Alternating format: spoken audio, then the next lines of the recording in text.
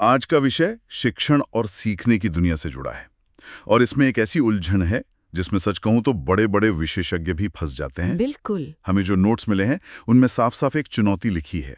लिखा है कि सीटेट में असेसमेंट के नाम पे ऑप्शंस इतने समान होते हैं कि टॉपर भी कंफ्यूज हो जाता है।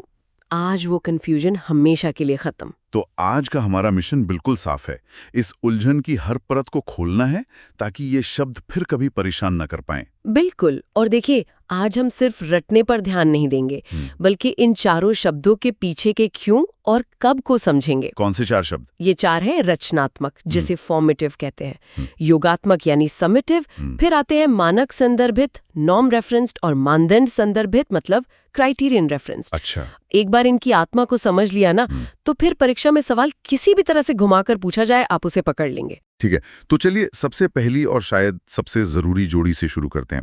हमारे नोट्स में भी इसका जिक्र सबसे पहले है, रचनात्मक और योगात्मक मूल्यांकन, फॉर्मेटिव और समेटिव असेसमेंट। जी। तो इनमें बुनियादी फर्क क्या है? देखिए, इनका बुनियादी फर्क सिर्फ दो चीजों में छिपा है, समय और मकसद। Timing and purpose. जी। ठीक है। चलिए, रचनात्मक मूल्यांकन यानी फॉर्मेटिव असेसमेंट से शुरू करते हैं। इसे ऐसे समझिए जैसे कोई बावर्ची सूप बना रहा है। सूप बना रहा है, ठीक है। वो सूप बनाने के दौरान उसे चख कर देखता है। क्यों? ताकि वो पता लगा सके कि नमक कम है या मिर्च ज्यादा, और उसे ठीक कर सके। बिल्कुल, और उसे सुधार सके। रचनात्मक मूल्यांकन ठीक यही है। यह शिक्षण के दौरान होता है और इसका मुख्य लक्ष्य सीखने की प्रक्रिया को सुधार करना है। यानी ये एक तरह की ऑन द स्पॉट जांच है, मतलब एक फीडबैक लूप। जैसे क्लास में पढ़ाते पढ़ाते टीचर ने कोई सवाल पूछ लिया या बच्चों को ग्रुप डिस्कशन करते हुए देख लिया, एकदम सही। कक्षा में चर्चा, छात्रों का अवलोकन, उनसे सवाल पूछना, उन्हें किसी असाइनमेंट का ड्राफ्ट दिखाकर उस पर फीडबैक देना, ये सब रचनात्मक मूल्यांकन के ही उदाहरण हैं। तो सीटेट परीक्षा के लिए 3 मुख्य शब्द हैं: सीखने के दौरान, फीडबैक और सुधार। ये शब्द जहां भी दिखें, समझ लीजिए इशारा रचनात्मक मूल्यांकन की तरफ है। ठीक है, सूप चखने वाला उदाहरण तो समझ आ गया। लेकिन मान लीजिए कि टीचर हर हफ्ते एक छोटा क्विज लेती है और उसके नंबर भी देती है। अच्छा। अब ये हो तो शिक्षण के दौरान रहा है, लेकिन इसमें नंबर मतलब एक परिणाम भी शामिल है। तो क्या ये रचनात्मक है या योगात्मक? यहाँ थोड़ा कंफ्यूजन है। ये एक बेहतरीन सवाल है और यही वो बारीक लाइन है जहां ज्यादातर लोग गलती करते हैं। हाँ। यहाँ आपको मकसद पर ध्यान देना होगा। अगर उस क्विज का मुख्य मकसद छात्रों को ये बताना है कि वे कहाँ कमजोर हैं और उन्हें कहाँ ज्यादा मेहनत करने की जरूरत है, और टीचर उस क्विज के नतीजों से अपनी पढ़ाने की रणनीति में बदलाव लाती है, अच्छा। तो उसका प्राथमिक उद्देश्य सुधार ही है। भले ही उसमें छोटे मोटे अंक शामिल हों, उसकी आत्मा रचनात्मक ही है। अच्छा, तो असली पहचान उसके इरादे से होगी, ना कि सिर्फ उसके तरीके से। यह तो बहुत जरूरी बात है। जी। तो फिर योगात्मक मूल्यांकन यानी समेटिव असेसमेंट क्या है? योगात्मक मूल्यांकन उसी बावर्ची वाले उदाहरण का अगला हिस्सा है। ठीक है। जब सूप बनकर तैयार हो जाता है और मेहमान उसे चखकर अपना फैसला सुनाते हैं। हाँ। सूप बहुत अच्छा बना है या इसमें नमक कम था। अब कुछ नहीं हो सकता। हाँ, अब इसमें सुधार की कोई गुंजाइश नहीं है। अब सिर्फ एक अंतिम नतीजा सामने आएगा। योगात्मक मूल्यांकन शिक्षण पूरा होने के बाद होता है। इसका लक्ष्य ये जानना है कि छात्र ने कुल कितना सीखा है, मतलब एक अंतिम परिणाम या जजमेंट देना। जैसे हमारी वार्षिक परीक्षा या बोर्ड एग्जाम? बिल्कुल।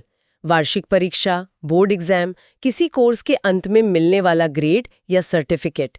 इसके मुख्य शब्द हैं अंत में, अंतिम, प्रमाणीकरण या ग्रेड। हमारे स्रोत में एक ट्रैप लाइन या एक चेतावनी का जिक्र है जो परीक्षार्थियों को फंसा सकती है। वो क्या है? वो एक सुनहरे नियम की तरह है जिसे हमेशा याद रखना चाहिए। बताइए। अगर सवाल में सुधार शब्द या उसका भाव दिखे तो जवाब में योगात्मक कभी मत लेना। ये एक बहुत ही शक्तिशाली नियम है। अच्छा। अगर सवाल का सार ये है कि मूल्यांकन का मकसद सीखने में मदद करना है, समझ को बेहतर बनाना है या शिक्षण रणनीति को बदलना है, तो वो हमेशा और हमेशा रचनात्मक ही होगा। उद्देश्य ही उसकी असली पहचान है। ये बात अब बिल्कुल साफ हो गई। उद्देश्य और समय, ये 2 चीजें ही इन दोनों के बीच का अंतर तय करती हैं। जी। इसी से जुड़ी एक और अवधारणा का जिक्र हमारे नोट्स में है, असेसमेंट फॉर लर्निंग और असेसमेंट ऑफ लर्निंग। सीखने के लिए मूल्यांकन और सीखने का मूल्यांकन। क्या ये कोई नई चीज है? नहीं, ये कोई नई चीज नहीं है, बल्कि उसी बात को कहने का एक और सरल और सहज तरीका है। असल में ये उन्हीं दो विचारों के दूसरे नाम है। अच्छा। सीखने के लिए मूल्यांकन, मतलब असेसमेंट फॉर लर्निंग, ये रचनात्मक मूल्यांकन ही है। आप के लिए शब्द पर ध्यान दीजिए। ये प्रक्रिया में मदद करने का भाव देता है। हम सीखने के लिए फीडबैक दे रहे हैं। और सीखने का मूल्यांकन यानी असेसमेंट ऑफ लर्निंग, वो योगात्मक मूल्यांकन है। का शब्द यहाँ परिणाम या निचोड़ की ओर इशारा करता है कि सीखने का क्या नतीजा निकला। अरे वाह! तो स्रोत में दिया गया वन लाइन रूल यहीं से आता है। फॉर का मतलब है मदद करना और ऑफ का मतलब है जांचना। बिल्कुल। तो ये सिर्फ प्रपोजिशन का खेल है जो पूरी कहानी बता देता है। ये तो सच में गेम चेंजर है ना?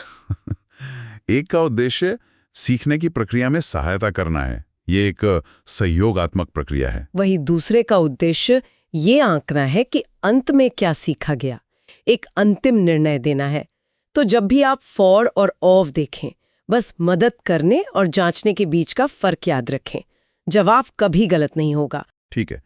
तो फॉर्मेटिव और समेटिव का अंतर तो समय और मकसद से जुड़ा है, लेकिन नोट्स में एक और जोड़ी है जो सुनने में लगभग एक जैसी लगती है और शायद ज्यादा कंफ्यूजिंग है। मानक संदर्भित और मानदंड संदर्भित, नॉर्म रेफरेंस्ड और क्राइटेरियन रेफरेंस्ड। यहाँ क्या कहानी है? हाँ, ये नाम सुनने में थोड़े भारी लगते हैं, लेकिन इनका कॉन्सेप्ट भी बहुत सीधा है अगर आप सही शब्द पकड़ लें। चलिए पहले मानक संदर्भित या नॉर्म रेफरेंस्ड असेसमेंट को लेते हैं। ठीक है। इसका मुख्य आधार और इकलौता शब्द जो आपको याद रखना है वो है तुलना, कंपैरिजन। तुलना। इसमें एक छात्र के प्रदर्शन की तुलना हमेशा दूसरे छात्रों के प्रदर्शन से की जाती है।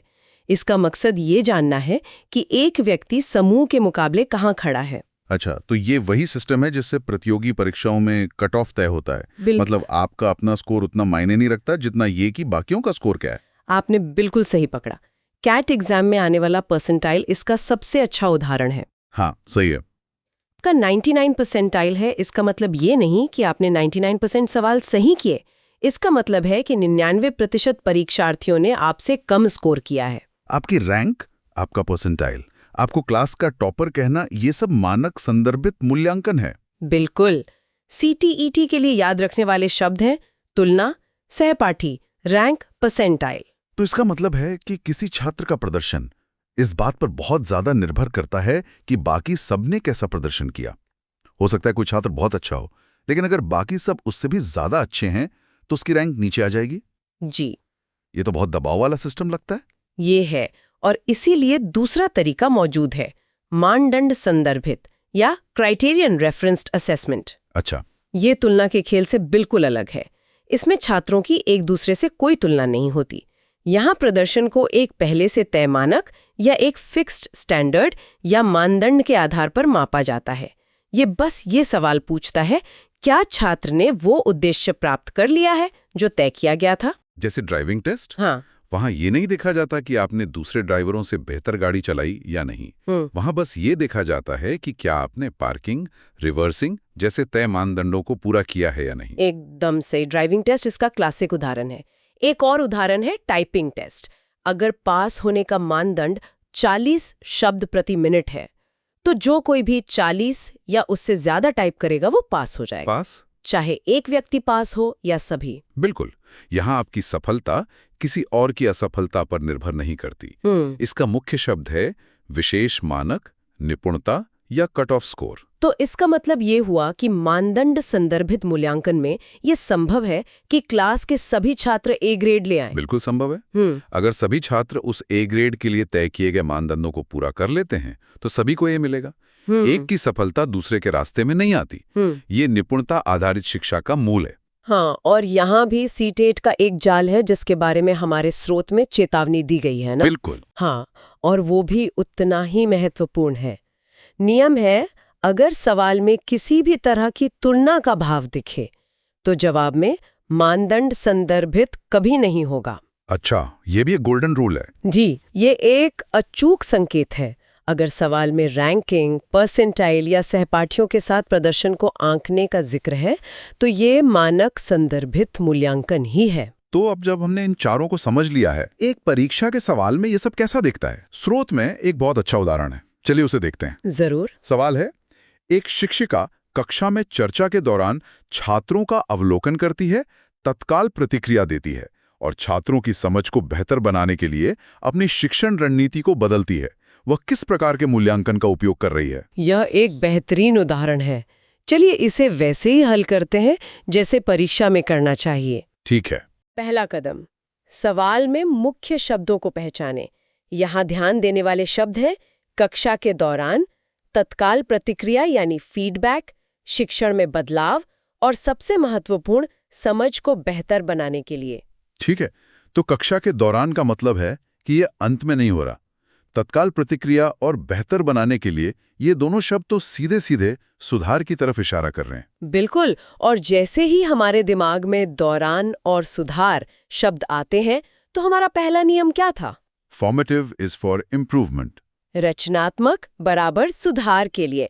तो जवाब साफ तौर पर रचनात्मक मूल्यांकन है। Formative assessment. सही जवाब जानना एक बात है, लेकिन ये समझना कि बाकी विकल्प गलत क्यों है, ये असली समझ को पक्का करता है। सही कहा। तो चलिए बाकी विकल्पों को भी देखते हैं। योगात्मक मूल्यांकन क्यों नहीं हो सकता? योगात्मक मूल्यांकन इसलिए गलत है क्योंकि शिक्षण अभी चल रहा है, खत्म नहीं हुआ है। शिक्षिका अपनी रणनीति बदल रही है, जिसका मतलब है कि प्रक्रिया अभी जारी है। योगात्मक मूल्यांकन तो सत्र के अंत में होता। ठीक है, और मानक संदर्भित मूल्यांकन क्यों नहीं? वो इसलिए गलत है क्योंकि यहाँ छात्रों की एक दूसरे से कोई तुलना या रैंकिंग नहीं हो रही है। कोई तुलना नहीं है। जी, शिक्षिका हर छात्र की अपनी समझ को बेहतर बनाने पर ध्यान दे रही है, न कि ये देखने पर कि कौन पहले स्थान पर है। और आखिरी, मानदंड संदर्भित क्यों नहीं? ये भी गलत है क्योंकि यहाँ किसी तय मानक का जिक्र नहीं है, जैसे छात्र को 80% अंक लाने हैं या उसे ये काम 10 मिनट में पूरा करना है। यहाँ जोर प्रक्रिया, फीडबैक और निरंतर सुधार पर है, किसी बाहरी मानदंड पर नहीं। स्रोत एक और बड़े जाल के बारे में बताता है। कई छात्र सिर्फ ये देखकर कि मूल्यांकन हो रहा है, योगात्मक चुन लेते हैं। हाँ, उन्हें लगता है कि मूल्यांकन का मतलब ही परीक्षा या टेस्ट होता है। हाँ, और यहीं पर गहरी समझ काम आती है। सीटीटी ये नहीं पूछता कि मूल्यांकन हो रहा है या नहीं, बल्कि ये पूछता है कि मूल्यांकन कब और क्यों हो रहा है। कब और क्यों? जी, इसलिए वो सुनहरा नियम जो हमारे स्रोत में दिया गया है, उसे हमेशा याद रखना चाहिए। अगर मूल्यांकन शिक्षण के दौरान सीखने में सुधार के लिए किया जाता है, तो वो रचनात्मक है, फॉर्मेटिव। ये नियम आपको इस जाल में फंसने से हमेशा बचाएगा। ठीक है, तो चलिए अब मैं कोशिश करता हूं। स्रोत में एक छोटा बोनस सवाल है। पूछिए। सवाल है, एक अंतिम परीक्षा में उनके प्रदर्शन के आधार पर छात्रों को रैंक दी जाती है। अब यहाँ दो बातें हैं, अंतिम परीक्षा और रैंक। अंतिम परीक्षा योगात्मक की तरफ इशारा करती है, लेकिन रैंक शब्द का मतलब ही है तुलना, और हमारा नियम था कि जहां तुलना हो वहां मानक संदर्भित मूल्यांकन होता है। तो क्या इसका जवाब मानक संदर्भित है? बिल्कुल सही, आपने एकदम सही पकड़ा। यहाँ रैंक शब्द अंतिम परीक्षा से ज्यादा शक्तिशाली कीवर्ड है, क्योंकि रैंक देना अपने आप में तुलना करना है, जो मानक संदर्भित मूल्यांकन का मूल है। बहुत बढ़िया। तो इन सब का क्या मतलब निकलता है? हमने 4 प्रकार के मूल्यांकन देखे, उनके कीवर्ड समझे और आम गलतियों पर भी बात की। ऐसा लगता है कि कुंजी सिर्फ परिभाषाओं को रटना नहीं है, बल्कि हर सवाल में खुद से 2 सवाल पूछना है। कौन से 2 सवाल? पहला, ये मूल्यांकन कब हो रहा है, दौरान या बाद में? और दूसरा, ये क्यों हो रहा है, सुधार के लिए या जांचने के लिए? आपने पूरी चर्चा का सार निकाल दिया। ये केवल जानकारी को पहचानने से आगे बढ़कर उसे गहराई से समझने की प्रक्रिया है। जब आप सवालों को इस नजरिए से देखते हैं, तो विकल्प चाहे कितने भी मिलते जुलते लगें, आप सही जवाब तक पहुंच ही जाएंगे। ये इन सवालों को देखने का नजरिया ही बदल देता है। इस पूरी चर्चा से एक सवाल मन में आता है, और ये शायद हमारे श्रोताओं के सोचने के लिए भी अच्छा है। जी। अदर रचनात्मक मूल्यांकन मतलब फॉर्मेटिव असेसमेंट का असली मकसद वास्तविक समय में सीखने को बेहतर बनाना है, और ये इतना शक्तिशाली है, तो एक कक्षा का माहौल कैसा दिखेगा अगर मूल्यांकन का यही तरीका प्राथमिक हो, बजाय इसके कि ये केवल एक बड़ी अंतिम समिटिव परीक्षा की तैयारी का एक हिस्सा हो? ये सोचने वाली बात है।